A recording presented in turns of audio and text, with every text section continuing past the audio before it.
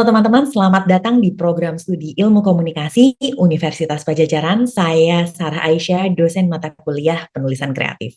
Pada kesempatan kali ini, saya akan menyampaikan materi mengenai penulisan ilmiah.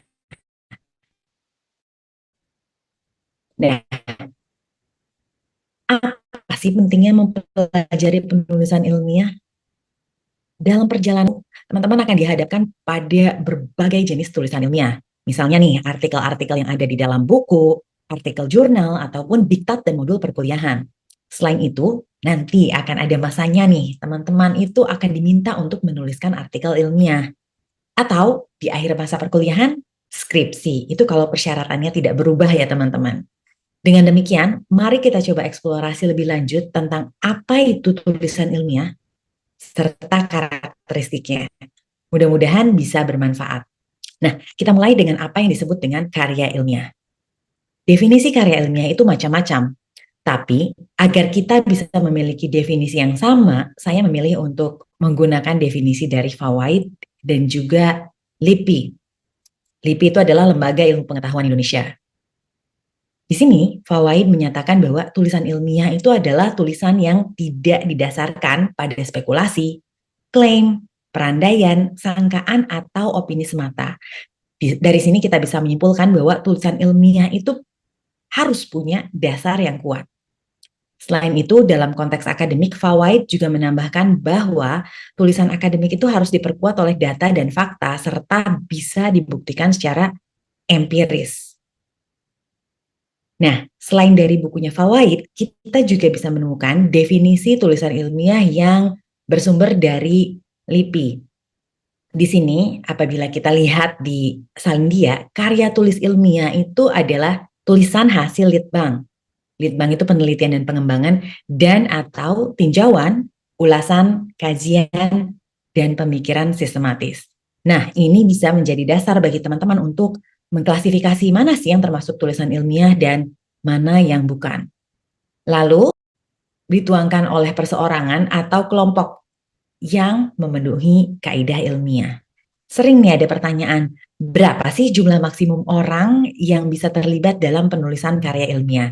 Sebetulnya tidak ada batasan khusus, tapi biasanya 2 atau 3 orang. Kalaupun lebih banyak dari itu, kemungkinannya adalah peran dari penulis itu dibagi-bagi. Ada yang menjadi editor, ada juga yang menjadi penulis dari bab-bab tertentu yang menjadi keahliannya apabila bentuk karya ilmiahnya itu adalah buku. Nah, apa sih hal yang membedakan tulisan ilmiah dan tulisan lainnya? Kata kuncinya adalah kaidah ilmiah yang digunakan. Di sini menurut LIPI ada 6 kaidah yang membedakan karya ilmiah dengan karya-karya yang lainnya. Yang pertama adalah logis. Berdasarkan cara pengungkapan atau ekspresinya, karya ilmiah ini biasanya berbentuk argumentasi. Jadi, dalam karya tersebut, penulis mengutarakan suatu pendapat tertentu yang didukung oleh bukti-bukti. Selain itu, ada juga yang berbentuk eksposisi atau uraian. Nah, tapi banyaknya sih yang berbentuk argumentasi ya teman-teman. Untuk bisa menguraikan argumentasi dengan baik, pengambilan kesimpulan itu harus dapat dilakukan dengan alur berpikir yang logis. Ini yang menjadi tantangannya tersendiri apabila teman-teman adalah mahasiswa dan terbiasa untuk copy paste ide-ide dari berbagai sumber. Apakah alur berpikirnya logis atau jangan-jangan lompat-lompat? Hal lain yang biasanya terjadi nih, ketika teman-teman mengerjakan satu tulisan tapi dikerjakan secara berkelompok. Kemudian bagian pendahuluan, isi, dan bagian kesimpulan itu dikerjakan oleh orang yang berbeda-beda. Seringkali apa yang dituliskan di pendahuluan itu tidak sejalan dengan kesimpulannya. Belok, belok, belok, alur pemikirannya kemana-mana dan tidak runut. Ya, itu yang perlu diperhatikan ya teman-teman. Selanjutnya adalah objektif. Artinya apa? Pengambilan datanya itu dilakukan berdasarkan data-data yang dapat dipertanggungjawabkan. Nah, ini yang membedakan artikel ilmiah dengan artikel opini atau esai. Kalau esai masih bisa bersifat subjektif, karena esai itu adalah penuangan dari pemikiran orang. Kalaupun berdasarkan sumber lain, esai ini biasanya bersifat opini. Balik lagi ya, kalau karya ilmiah sifatnya harus objektif. Kemudian kaidah ilmiah berikutnya adalah sistematis. Biasanya mengikuti alur tertentu. Nah, dalam karya ilmiah ada pakem tersendiri. Biasanya ada pendahuluan, kemudian kajian literaturnya seperti apa, hasil pembahasan, dan juga kesimpulan. Jadi, pertama ada pengantarnya terlebih dahulu, kemudian ada rujukan yang sesuai, lalu terkadang ada metode agar karya ilmiah kita ini bisa menjadi rujukan bagi orang yang ingin melakukan hal-hal yang sama. Nah, poin berikutnya dari kaidah ilmiah adalah datanya itu andal. Artinya apa? Selain bisa diandalkan, datanya bisa ditelusuri. Nah, gimana caranya? Kita harus mencantumkan rujukan atau referensi. Ini membuat orang bisa mempercayai apa yang akan kita sampaikan. Referensi ini biasanya terdapat tidak hanya citasi di dalam teks, tapi juga di daftar pustaka. Lalu poin berikutnya adalah terencana. Ada sistematika untuk menyusunnya. Nah, kalau membuat penelitian biasanya ada di bagian metodologi. Terakhir, kaidah ilmiahnya adalah akumulatif, yaitu mengumpulkan pengetahuan-pengetahuan yang sudah dikumpulkan sebelumnya. Jadi, ada banyak rujukan yang kita acu. Kalau kita menulis karya ilmiah tapi terlalu sedikit rujukan yang kita gunakan, kemungkinan yang muncul adalah orang jadi bertanya-tanya apakah kita itu sudah melakukan studi mendalam terhadap topik yang akan kita kaji atau belum. Jadi jangan sampai ya teman-teman dalam karya ilmiah itu rujukannya hanya satu. Kecuali teman-teman berusaha untuk membuat satu karya ilmiah murni menjadi karya ilmiah yang sifatnya lebih populer. Kadang itu terjadi ya teman-teman, minim referensi. Baik, berikutnya satu hal yang perlu diketahui oleh teman-teman sekalian adalah ada pembedaan antara karya ilmiah murni dan karya ilmiah populer. Apa perbedaan di antara keduanya? Kalau kita lihat di sini ada beberapa aspek. Pertama, dilihat dari segi pembacanya. Karya ilmiah murni ditujukan bagi para akademisi.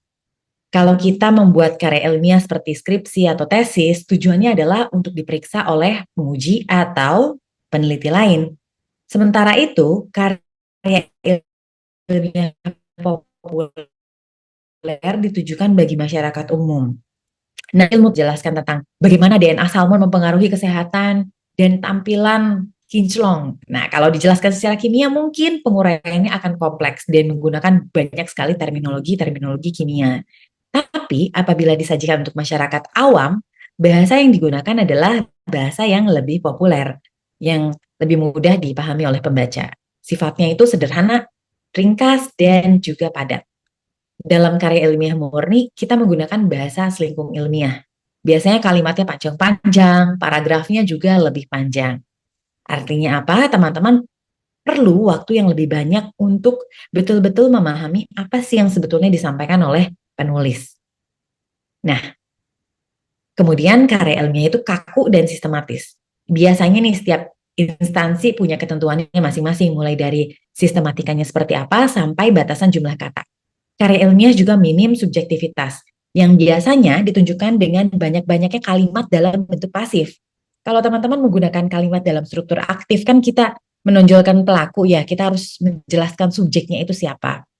Dalam karya ilmiah, biasanya kita menonjolkan hasilnya, makanya yang digunakan adalah struktur kalimat pasif, fleksibel, dan banyak menggunakan pengayaan materi. Ada contoh misalnya, contoh-contoh ilustrasi, kemudian studi kasus, perbandingan antara satu hal dengan hal yang lainnya.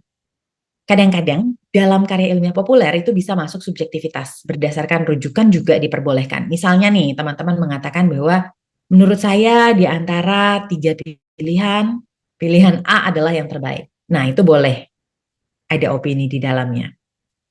Terakhir, kita coba lihat contohnya ya teman-teman. Contohnya ada pada baris paling bawah. Contoh dari karya ilmiah murni adalah skripsi, tesis, disertasi, laporan penelitian, ada makalah, proceeding juga termasuk di dalamnya. Proceeding adalah makalah yang dipresentasikan dalam suatu konferensi atau seminar. Sementara karya ilmiah populer, contohnya adalah artikel, buku teks, bunga rampai. Bunga rampai ini kumpulan dari tulisan-tulisan. Nah, karya ilmiah itu kan irisan ya antara karya ilmiah populer itu adalah irisan antara karya ilmiah murni dengan karya jurnalistik. Untuk karya ilmiah populer, contoh yang dapat dijadikan tolok ukur adalah penulisan karya ilmiah populer yang ada di The Conversation Indonesia. Alamat websitenya theconversation.com. Silakan teman-teman coba cari agar teman-teman bisa punya referensi yang lebih luas tentang karya ilmiah populer. Demikian paparan tentang topik tulisan ilmiah. Sampai jumpa lagi ya teman-teman di program studi ilmu komunikasi Universitas Padjadjaran dengan topik lainnya.